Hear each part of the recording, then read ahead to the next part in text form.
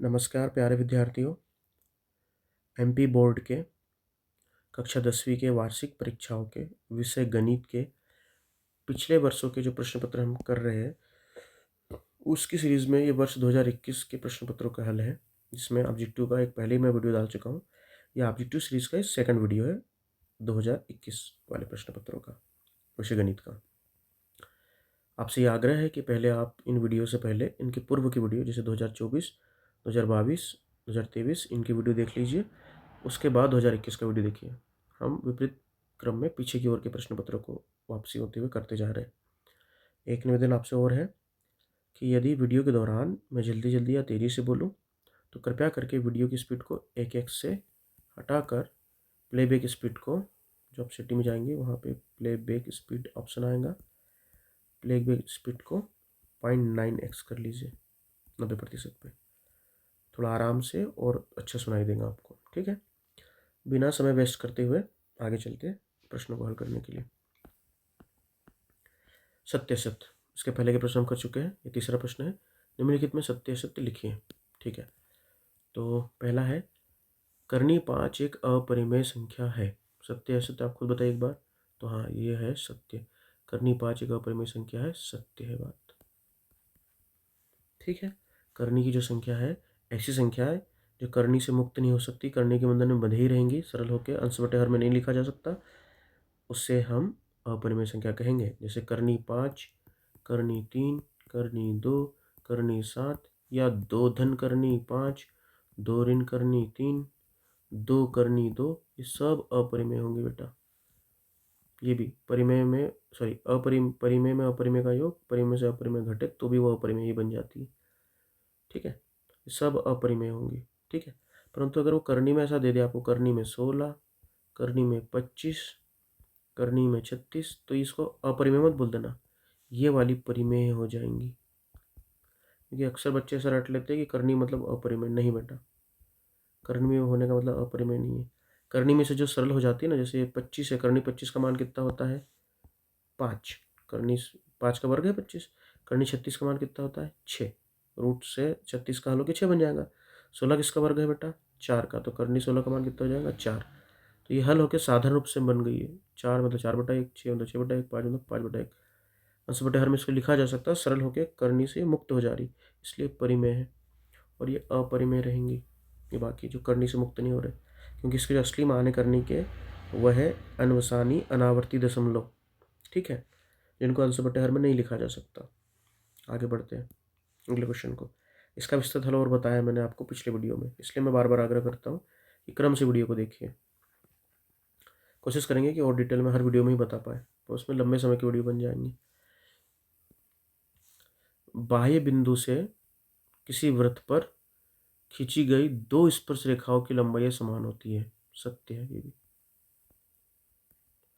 समझते इस कॉन्सेप्ट को।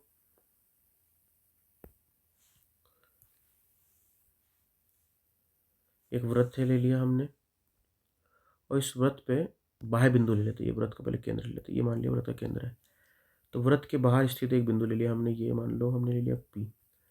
तो सबसे पहले कि वृत्त के बाहर अगर कोई बिंदु स्थित है तो उस पर बेटा कितनी स्पर्श रेखा खींची जा सकती है 2। कितनी खींची जा सकती है, अधिकतम 2 स्पर्श रेखा खींची जा सकती है अगर खींचना चाहे तो। एक स्पर्श रेखा ये हो गई, टच करके जा रही है, टच कर दिया बेटा मैंने।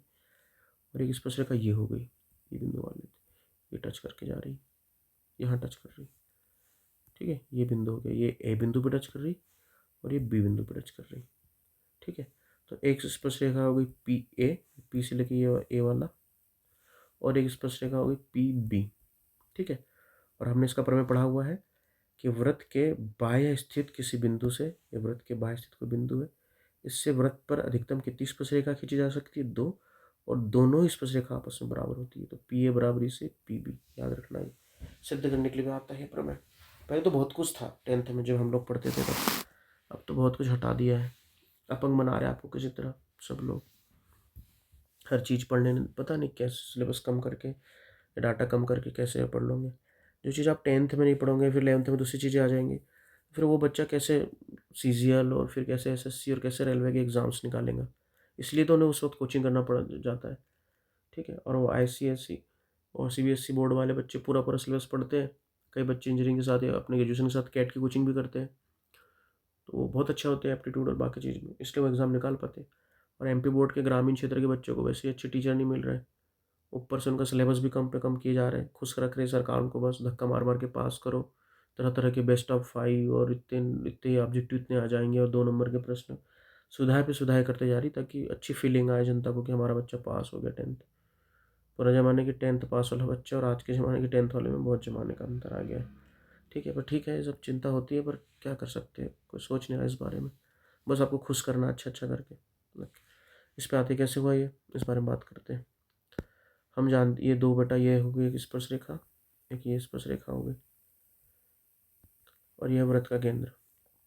हम जानते हैं कि व्रत के केंद्र से स्पर्श बिंदु को मिलाएंगे जो अपन लाइन, ये होंगी त्रिज्या, और व्रत की त्रिज्या स्पर्श बिंदु पे लंब होती है। ये भी हो गई व्रत की त्रिज्या स्पर्श बिंदु पे होंगी लंब।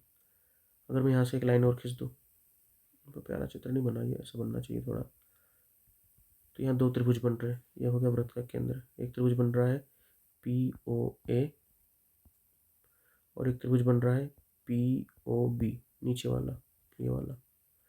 इसमें ये कोण और ये कोण 90-90 डिग्री। ठीक है बेटा, ये दोनों व्रत की त्रिज्या है, तो ये त्रिज्या त्रिज्या आपस में बराबर हो गई। ठीक, और ये उभयनिष्ठ भुजा है, जो इसमें भी उसमें भी बराबर हो गई, तो 90 डिग्री कोण, राइट एंगल।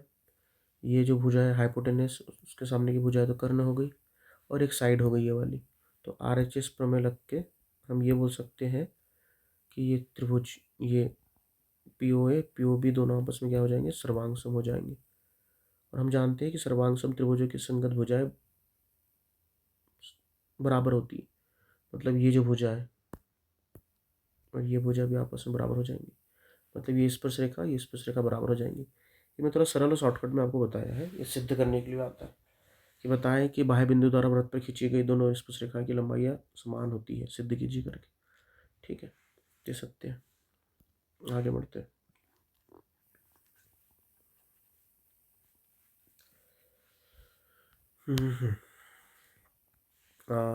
सत्य सत्य है ना, यहाँ सत्य सत्य प्रश्न है।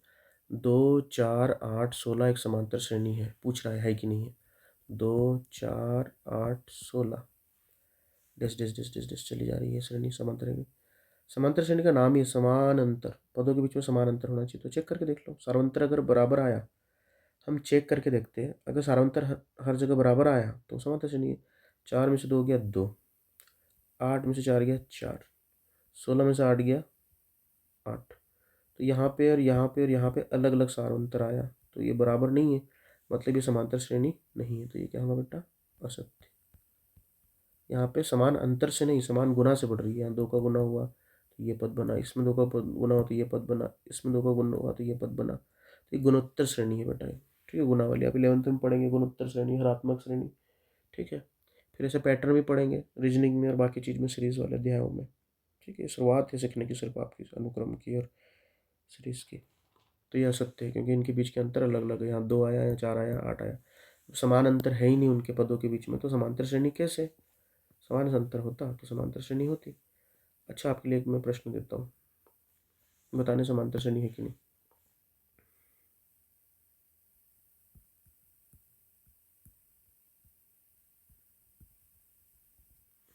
हर एक पद समान है इसके, और समांतर श्रेणी की परिभाषा के अनुसार समान अंतर होना चाहिए। तो क्या ये समांतर श्रेणी है या नहीं है, इस बारे में आप मुझे बताएंगे। ठीक है, आगे बढ़ते हैं।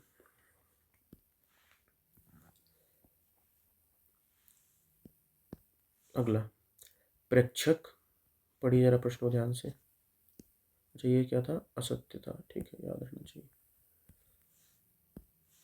प्रेक्षक की आंख से प्रेक्षक द्वारा देखी गई वस्तु के बिंदु को मिलाने वाली रेखा को दृष्टि रेखा कहलाती है। हाँ, कैसा बेटा, ये सत्य है, सत्य बात है, हमने त्रिकोणमिति के अनुप्रयोग में पढ़ा हुआ है। कोई वस्तु को कोई प्रेक्षक देख रहा है, 2 चीज़ें बनती है वहाँ पे। तो अगर ये वस्तु ऊपर है, मान लो झंडा बना हुआ है, ऐसा सिखाया भी था आपको मैंने पहले, तो 2 चीज़ होती है। एक तो इस व्यक्ति का जो स्तर होता है, इसके सर का, इसकी आँख का जो स्तर है, जो भूमि के स्तर से समांतर हो, उसको बोलते हैं क्षैतिज स्तर।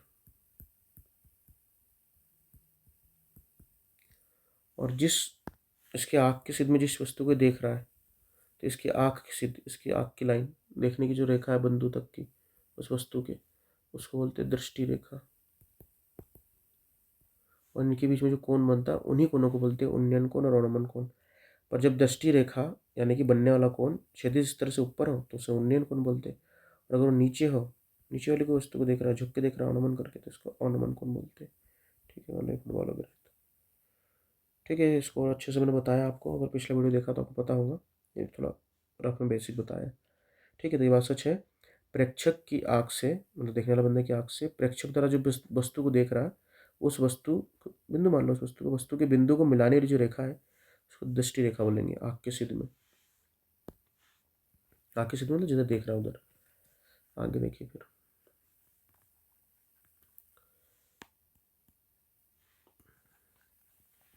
अगला प्रश्न, बिंदु पी एक्स की मूल बिंदु से दूरी ज्ञात कीजिए। सूत्र के रूप में याद रख लेते कई बच्चे डायरेक्ट इसे, कि मूल बिंदु से दूरी क्या होती है बेटा, वही गुना जो उनके निर्देशांक होते हैं उनके वर्गों का योग का करनी। ये सत्य है, मूल बिंदु से दूरी की जो है ये सत्य है। अगर आपको ये भी नहीं पता तो आपको ये तो पता होगा मूल बिंदु क्या होता है। मूल बिंदु होता है 0 0, मूल बिंदु। और यहाँ किसकी बोल रहा है, बिंदु पी की। बिंदु पी क्या है, बिंदु पी की निर्देशांक दिए एक्स और वाई, और दो बिंदुओं के बीच की दूरी निकालने का फार्मूला आपको पता ही है। उनके एक्स एक्स निर्देशांकों को आपस में घटा देंगे और फिर वाई वाई को घटा देंगे आपस में। ठीक है, तो यहाँ एक्स में से एक्स निर्देशांक ये वाला घटाया कौन सा, 0, इसका किया वर्ग धन। वाई में से घटाया, वाई निर्देशांक कितना है 0, वाई में से घटा 0, फिर उसका क्या होल स्क्वायर, और फिर उनको जोड़ के क्या लगा दी करनी, ये होगी दूरी। एक्स में से 0 गया एक्स का वर्ग धन वाई में से 0 गया वाई का वर्ग उसी करनी, तो ये सूत्र बन गया। ठीक है, तो ये सत्य है। सही जोड़ी बनाइए, चलिए बनाते हैं सही जोड़ी। साइन 0 का मान, ये 0 डिग्री थीटा नहीं है, 0 डिग्री लिखा हो बेटा। अच्छा, इधर 5 है और इधर कितने ऑप्शन है, 6, मतलब एक एक्स्ट्रा दिया हुआ है, कोई गल नहीं। जो आंसर होगा उसको आपको मैंने सिखाया है। सही जोड़ी बनाइए, ऐसा लिखना उत्तर प्रश्न क्रमांक 4 का उत्तर सही जोड़ी स्तंभ ए, यहाँ इसका क्रमांक लिखेंगे, इसका नाम लिखेंगे, उसका आंसर सब तीर का निशान लगा के सामने आंसर लिखेंगे। यहाँ लिखेंगे उत्तर स्तंभी और उत्तर, उत्तर स्तंभी करके लिखना है, फिर यहाँ उसका उत्तर लिखना जो भी रहेगा, और सब लाइनों की सीधे एक समान आना चाहिए। ठीक है, ऐसा नहीं कि इधर बना और यहीं आके खत्म हो गई, इसको वहाँ तक चले जाना, एक सीध में होना चाहिए सारे के सारे। सुंदर दिखता, सुंदर लिखेंगे तो अच्छा लगेगा, कचड़ा मचड़ नहीं करना। चलिए, साइन 0 का मान कितना होता है बेटा, साइन 0 का मान होता है 0, आंसर कितना हो जाएगा डी। tan 60 का मान क्या होता है, tan 60 का मान होता है करनी 3, आंसर हो जाएगा ई। ये मान आपको याद रखना सीखना पड़ेगा। ठीक है, सारे के सारे एक वीडियो और बना के डाल दूंगा अगर आप बोलोगे तो, अगर व्यू बढ़ते हैं और आप बोलते हैं कि हाँ कैसे याद रखना है क्या करना है तो मैं वो भी डाल दूंगा। आगे चलते हैं, एक और आया मान का cos 60 की वैल्यू क्या होती है 1/2, 1/√2 और कुछ, क्या होंगे बेटा cos 60 की वैल्यू 1/2, आंसर होगा सी। 1/2। अभी दोनों की दोनों सरसों में को बची हुई। ये उस वक्त का प्रश्न पत्र है जब सही जोड़ी पूरी त्रिकोणमिति की आती थी। अभी 2 या 3 प्रश्न आएंगे त्रिकोणमिति से, पिछले वर्षों तो 3 आ रहे हैं सही जोड़ी में ही ऑब्जेक्टिव में। पर इस साल उम्मीद है कि वो शायद 2 ही पूछे इस बार, अब या पता नहीं 3 भी पूछ सकता है कंफ्यूजन पैदा करने के लिए ऑप्शंस के मध्य। हाँ, sine square theta plus cos square theta सरसमी है। साइन स्क्वायर का एक कोण जो थीटा लिया वैसा ही कॉस स्क्वायर का वही कोण लिया, दोनों कोण समान, इसका थीटा है इसका भी थीटा रहेगा, तो साइन स्क्वायर धन कॉस स्क्वायर समान कोण होने पे दोनों का योग कितना होता है बेटा 1। Sign square theta plus cos square theta का मान बनता है 1, तो सीधे पूछ ली सरसमी का, इसका मान कितना होगा 1, आंसर होगा बी 1, क्रमांक जरूर लिखना B. 1 + tan square theta, 1 + tan square theta का मान होता है सेक स्क्वायर थीटा, सीधे सरसमी का पूछ ली, तो बेसिक ही पूछ लिया सब कुछ आपको। मतलब उस वर्ष का प्रश्न पत्र बहुत सरल आया था, शायद कोविड के इफेक्ट रहे होंगे। चलिए, प्रत्येक का एक शब्द या एक वाक्य में उत्तर दीजिए। पहला वाला क्या है भाई, पढ़िए ध्यान से। त्रिज्या r वाले वृत्त के क्षेत्रफल का सूत्र लिखिए, बहुत ही सरल पूछ लिया। वृत्त के क्षेत्रफल का सूत्र तो आप बचपन से पढ़ते आ रहे होंगे, एक वृत्त है, वृत्त की त्रिज्या, वृत्त का केंद्र ही मान लिया अपन ने, केंद्र से परिधि को मिलाने वाली रेखा ये क्या होगी बेटा? त्रिज्या। तो वृत्त के क्षेत्रफल का सूत्र क्या है? वृत्त का क्षेत्रफल बराबरी से पाई आर स्क्वायर। ठीक है, पाई आर का वर्ग याद रखना चाहिए। तो आर त्रिज्या वाले वृत्त के क्षेत्रफल का सूत्र पाई आर स्क्वायर। बड़ा आर बोलता तो बड़ा आर बना देते, छोटी आर बोली तो छोटा आर बना दिया अपन ने। अगर मैं जल्दी जल्दी बोल रहा हूँ तो स्पीड स्लो करके आप देख सकते हैं। अगला प्रश्न, यदि x प्लस वाई, यहाँ लिखते हैं अपन x प्लस वाई बराबरी से 5, ये समीकरण दिया बेटा, इक्वल टू का चिन्ह लगा, समीकरण है, और दो चर है x और y। ठीक है, तो ये चर के मान अगर मैं इसमें रखूँ कुछ मान जिसको सिद्ध करे तो वो इनके चर के मान कहलाएंगे। जैसे उदाहरण के मन से सोचो, ये तो सिंगल सिंगल है, मतलब को दो संख्या जुड़ के 5 बन रही है, मतलब अगर x का मान 1 तो y का मान 4, x का मान 2 तो y का मान 3, x का मान 5 तो y का मान 0, तो ये तो दोनों जुड़ के 5 बनेगा। क्या बोल रहा हूँ आगे? अच्छा, यहाँ बोल रहा है ऑलरेडी x का मान 1 हो तो y का मान क्या होगा? रख देते x का मान 1, x का मान 1 के लिए x का मान जगह रख दिया अपन 1 धन y जैसा का वैसा बराबरी से 5, y रहने दिया, y का मान निकालना है तो इस पक्ष से सबको भगाएंगे, ये 1 इधर जुड़ रहा था, यहाँ 5 में जाके घट जाएगा, 5 में से 1 गया 4, तो y बराबर से दिखाई दे रहा है 4, अर्थात y का मान है 4, तो y का मान होगा 4। आगे चलते हैं, गोले का आयतन का सूत्र लिखिए। ठीक है, गोला आपको याद रखना चाहिए, ऐसा बनता है गोला बेटा, इसको 3D इफेक्ट बनाने की कोशिश कर रहा हूँ मैं। गोला है, ठीक है, कई बच्चे गोला गोला बोलते हैं, गोला और वृत्त में अंतर है। तो बोलते थाली कैसी है तो बच्चे बोलते थाली गोल है, रोटी कैसे तो बच्चे बोलते रोटी गोल है, रोटी गोल नहीं है, रोटी वृत्ताकार है, आकार जो है उसका वृत्ताकार है, चूड़ी वृत्ताकार है, थाली वृत्ताकार है, लड्डू गोल है, लड्डू गोल आकार का है, आपका आलू, हाँ ठीक है, मान लो गोल आलू मिल गया आपको, तो टमाटर गोल आकार का है, गेंद आपकी टेनिस की लेदर की जो गेंद है ये गोल आकार की, गोले के आकार की, तो गोलाकार वृत्ताकार है, बच्चे कंफ्यूज होते हैं, थाली वृत्ताकार है ना कि गोलाकार, होता है ना, मम्मी की रोटी गोल गोल बकवास, मम्मी की रोटी वृत्ताकार वृत्ताकार। ठीक है, चलिए क्या बोल रहा हूँ मैं, चूड़ी थाली रोटी, पर बच्चे ऐसे देसी उदाहरणों से ज़्यादा अच्छा समझते हैं इसलिए। तो इस गोले की त्रिज्या r, तीनों विमाओं में, इसकी तीनों दिशाओं में जो फैला होंगी, जो विमा होंगी वो कितनी होंगी बेटा? त्रिज्या होंगी। तो गोले के आयतन का सूत्र होता है, आयतन यानी वॉल्यूम बराबरी से 4/3 पाए आर क्यूब। इसकी जो तीनों विमा होती त्रिज्या, उन तीनों विमा का गुना होता है त्रिज्या गुना त्रिज्या गुना त्रिज्या, साथ में 4/3, 4/3 पाई आर क्यूब, ये हो गया गोले के आयतन का सूत्र। अर्धगोला करेंगे तो इसका आधा कर देंगे, 4/3 की जगह 2/3 कर देंगे। ठीक है, सूत्र याद होना चाहिए आपको, सारे सूत्र याद कर लीजिए।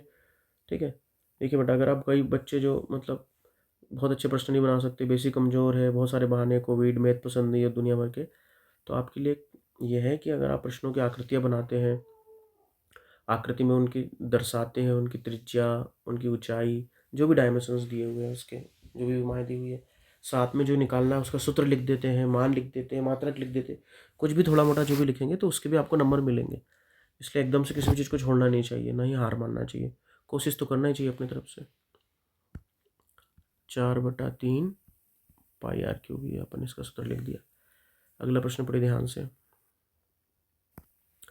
वर्गीकृत आंकड़ों। अब वर्गीकृत आंकड़े अवर्गीकृत क्या होते हैं इस बारे में डिटेल में आपको बताऊंगा, अभी इस वक्त भी बता सकते हैं पर अभी अपन कोशिश करेंगे कि कम में ख़त्म करें इसको। वर्गीकृत आंकड़ों के लिए बहुलक का सूत्र लिखिए। चलिए, वर्गीकृत आंकड़ों के लिए बहुलक का सूत्र लिख सकते हैं। पहले तो वर्ग कैसे होते हैं? वर्गीकृत आंकड़ों में वर्ग होते हैं, आंकड़ों को वर्ग में दर्शाया जाता है। जैसे 20 से 30 ये वर्ग है, 30 से 40, 40 से 50, इनको वर्ग बोलते हैं बेटा। इसमें आंकड़े, एक पर्टिकुलर आंकड़ा नहीं दिया जाता, आंकड़ों के वर्ग दिए होते कि यहाँ से यहाँ तक के आंकड़े। ठीक है, और अवर्गीकृत आंकड़े आपको खुले दिए जाते हैं, 33, 31, 39, 34, 35, 21, 23, 25, 37, 27। अब खुद सोचो, तो ये जो 30 से 40 वाली लाइन है, ये वाले आंकड़े, ये वाले जितने सारे, और इधर भी लिखा हुआ है ये वाला आंकड़ा, ये लो कर देता हूँ इनको, ये सारे आंकड़े ये आएंगे किस वर्ग में? 31 से 40 में, सॉरी 30 से 40 में। और ये जो मैं रेड कर रहा हूँ ये आंकड़े किस वर्ग में आएंगे? 20 से 30 में। ये वाले क्यों आएंगे? क्योंकि ये वर्ग में उसके अंदर उस माप में, उनके वर्ग माप में उस अंतराल के दौरान आ रहे हैं ये आंकड़े। तो वर्गीकृत आंकड़ों में सिर्फ वर्ग दिए जाते हैं यहाँ से यहाँ तक, उसके अंदर का पर्टिकुलर नहीं बताया जाता कि 25 है कि 26 है कि 27 है यहाँ का। पर जबकि यहाँ पूरे ऐसे आंकड़े बताया कि एक आंकड़ा 21 का है, एक आंकड़ा 23 का है, एक आंकड़ा से 24 का 25 का है, एक 27 का है। यहाँ पे नहीं बोलेंगे, यहाँ बोलेंगे सीधे अगर इनके बारे में बोलना है तो कि 20 से 30 के बीच में कितने आंकड़े थे, 1 2 3 4, 4 आंकड़े थे। 30 से 40 के बीच में कितने आंकड़े थे, 1 2 3 4 5 6, 6 आंकड़े थे। ऐसा बोला जाएगा, बारंबारता उसकी फ्रिक्वेंसी लिख दी जाएंगी, ठीक है, ऐसा बोलेंगे। अब इसमें पर्टिकुलर आंकड़ा क्यों नहीं देते, इसमें क्यों देते, वो डिटेल में आपको बताऊंगा। पर याद रखिए ये जो साधारण कुछ छोटे ग्रुप को हल करना, 10 लोगों के आंकड़े, 20 लोगों के आंकड़े, 30 50 100 भी आंकड़ों को हल करना, तो ये अलग अलग आंकड़ों को लेकर हल किया जा सकता है। पर जब वृहद बड़े लेवल पर करना होता है, 200 300 लोगों के आंकड़े, या फिर एक ब्लॉक के सारे विद्यार्थियों, ब्लॉक की जनता का, गाँव की जनता का, जिला लेवल की जनसंख्या का, राज्य लेवल की, तो फिर एक एक इंडिविजुअल के आंकड़े मायने नहीं रखते, ठीक है। फिर उनको वर्ग अंतराल में बांटा जाता है, और जितने बड़े बड़े आंकड़े आएंगे उतने बड़े बड़े उसके वर्ग अंतराल रखेंगे। यहाँ तो 10-10 के अंतर है, हो सकता है तो 100 से 200, या बोल सकता है 1500 से 2500, ऐसे वर्ग अंतराल बनेंगे। वो आंकड़ों पे डिपेंड है, पैसे का है, वजन का है, ऊंचाई का है, उसके अनुसार। अगर मैं जल्दी जल्दी बोल रहा हूँ तो उसका कारण है कि इतनी सब चीज़ एक बार नहीं मैं नहीं सिखा सकता, मैं आपको इसका जब चैप्टर पढ़ाऊंगा तो बता दूंगा, ठीक है। तो ये है अवर्गीकृत आंकड़े, इनको मैं मिटा देता हूँ। ये है वर्गीकृत आंकड़े, बच गए ब्लू में आपके सामने स्क्रीन पर, ठीक है, इनको मिटा देता हूँ। और सीधे बहुलक का सूत्र लिखते हैं। बहुलक क्या होता है? बहुलक मतलब जो आंकड़ा बार बार बार बार आ रहा हो, जिसकी बारंबारता सबसे ज़्यादा हो, सबसे ज़्यादा बार उसका रिपीटेशन हो, उसको बोलते हैं बहुलक। तो ये खुले आंकड़ों में तो पता चल जाता देख के, जिसकी बारंबारता अधिक है। तो वर्गीकृत आंकड़ों में कैसे देखेंगे? वर्गीकृत आंकड़ों में हम देखते हैं कि इस बहुलक वर्ग की बारंबारता ज़्यादा है, उसको हम बोलते हैं बहुलक वर्ग, जिसकी बारंबारता अधिक होंगी, सबसे ज़्यादा हाईएस्ट होंगी, उसको हम बोलते हैं बहुलक वर्ग। और फिर उस बहुलक वर्ग मान लो 30 से 40 के सबसे ज़्यादा आंकड़े थे, तो ये हो गया हमारा बहुलक वर्ग। इस बहुलक वर्ग में ये जो छोटा वाला जो आंकड़ा, इसको बोलते हैं निम्न सीमा, इसको बोलते हैं उच्च सीमा। तो हम इसकी निम्न सीमा को लेंगे एल को, और बोलेंगे एल से थोड़ा अधिक, पर अधिकतम कितना, 30 से लेकर 40 के बीच में उसका उत्तर होगा। तो अधिकतम कितना, 30 से अधिकतम कितना जा सकता है, 40। तो इसमें कितना जुड़ेगा, अधिकतम 10 जुड़ेगा। तो ये 30 और 40 जो है, इनके बीच का जो अंतर होता है, वर्ग की निम्न सीमा, वर्ग की उच्च सीमा के बीच के अंतर को बोलते हैं वर्ग की माप, वर्ग की हाइट, ठीक है, एच से दर्शाते हैं, इसलिए उसको बोलते हैं एल प्लस एच। ये लिख दिया मैंने इधर। लेकिन जरूरी नहीं है कि वो सीधे 40 हो जाए, 30 से लेकर 40 नहीं हो सकती है, आंकड़ा सम्मिलित भी नहीं होता। तो 30-40 से अपन बन सकते एल धन एच। पर यहाँ बीच में क्या रहता है, बीच में फिर यहाँ पे इनकी बारंबारताओं के अंतर होते हैं। तो ऊपर होता है F1 माइनस F0, और नीचे होता है 2F1 minus F0 minus F2। इसमें F1 जो है बहुलक वर्ग की बारंबारता है, F0 बहुलक वर्ग के पूर्व के बहुलक वर्ग की बारंबारता है, और F2 बहुलक वर्ग के बाद की बहुलक वर्ग के बाद की वर्ग की बारंबारता है। ये पहले की वर्ग की बारंबारता है, ये बाद की, और ये उस बहुलक वर्ग जो ये रहेगा इसकी बारंबारता रहेंगी। तो इस सूत्र को एक बार लिख देता हूँ मैं सब मिटा के, आप समझना जरा इसको, ठीक है। अभी मैं सिर्फ सूत्र बता रहा हूँ, बहुलक कैसे निकालते हैं, क्या होता है बहुलक, कैसे ये बना सूत्र, ये बारंबारता को क्यों घटा रहे, इसके बारे में विस्तृत से बताऊंगा अगर आप डिमांड करेंगे तो, ठीक है। क्या होगा सूत्र, बहुलक बराबरी से, कई बच्चे रट लेते हैं तो समझना ज़्यादा अच्छा है। एल प्लस एच, पर एच को कुछ कम किया है, कैसे कम किया है, एक फ्रैक्शन का गुणा करके। उसमें क्या है आंसर बटे हर में, F1 minus F0 upon 2F1 minus F0 minus F2, ठीक है। F1 में से F0 ऊपर घट रहा है, दो बार F1 लिया, मतलब एक बार F1 में से एक बार F0 घट रहा है, एक F1 में से F2 घट रहा है। F0 मतलब पहले वाली, F1 मतलब उस बहुलक वर्ग की, F2 मतलब बाद वाली, ये बारंबारता है, ठीक है। L का मतलब है निम्न वर्ग सीमा, H का मतलब होता है वर्ग का माप। ये सूत्र याद हो जाना चाहिए आपको, ठीक है।